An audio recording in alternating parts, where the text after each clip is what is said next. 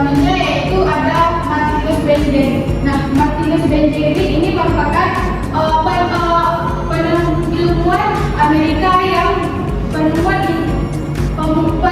asal Amerika yang merupakan ilmuwan kimia.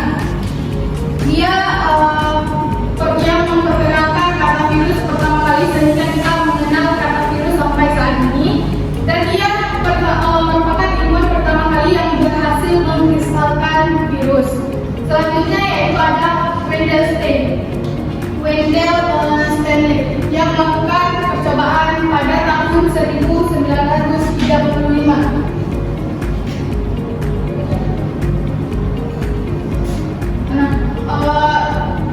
Wendell merupakan seorang ilmuwan kimia yang berasal dari Amerika. Dia yang mampu mengkristalkan bakteri pertama kalinya. Selanjutnya yaitu ciri-ciri tubuh virus. Virus disebut sebagai makhluk hidup karena mampu berkembang biak. Ukuran tubuh virus sangat kecil, mulai dari 200 sampai 400 nanometer. Ukurannya rata-rata 50 lebih kecil dibandingkan dengan bakteri. Selanjutnya yaitu adalah struktur tubuh virus. Struktur tubuh virus dibagi menjadi 3. Yang pertama ada kepala, leher, dan ekor. Di bagian kepala terdapat kapsid, asam nukleat, kerang, dan yang kedua yaitu ada leher.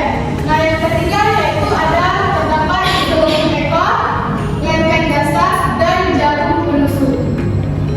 Ada yang ingin bertanya sejauh ini? Tidak ada. Baik, kita lanjutkan materinya ya. Selanjutnya yaitu cara hidup virus dan bereproduksi. Virus hanya dapat hidup di dalam sel inang. Nah, virus mirip dengan organisme parasitoid, yaitu hanya dapat berkembang biak di dalam sel yang hidup seperti manusia, hewan, dan tumbuhan. Virus tidak dapat hidup di alam bebas. Dia hanya dapat hidup di dalam sel inang. Nah, selanjutnya yaitu ada reproduksi virus. Reproduksi virus yang pertama ada tahap absorpsi. Pada tahap absorpsi, untuk enofag melekat pada dinding sel.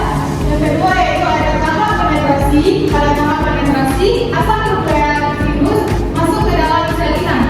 Dan yang ketiga, tahap sintesis, yaitu proses yang terjadi pada tahap ini yaitu penghancuran DNA sel inang. Yang keempat yaitu tahap pemadaman. Nah, tahap ini merupakan pelantikan tubuh virus yang sebelumnya terpisah-pisah. Dan yang terakhir yaitu ada tahap lisis. Nah, di tahap lisis ini terbagi menjadi 2. Ada tahap siklus litik dan siklus lisogenik. Nah, siklus litik merupakan replikasi genom pada virus yang puncaknya menyebabkan kematian pada sel inang tempat virus hidup.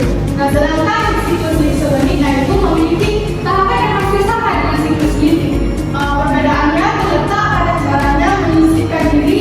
Ia tidak menghancurkan sel inang, tetapi berintegrasi dengan inang, DNA inang.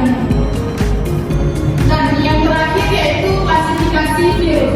Klasifikasi yang dapat digunakan dalam klasifikasi virus yang pertama yaitu berdasarkan kandungan asam nukleat. Yang kedua berdasarkan bentuk dasarnya. Yang ketiga berdasarkan jumlah kapsomernya. Yang keempat berdasarkan sel inang.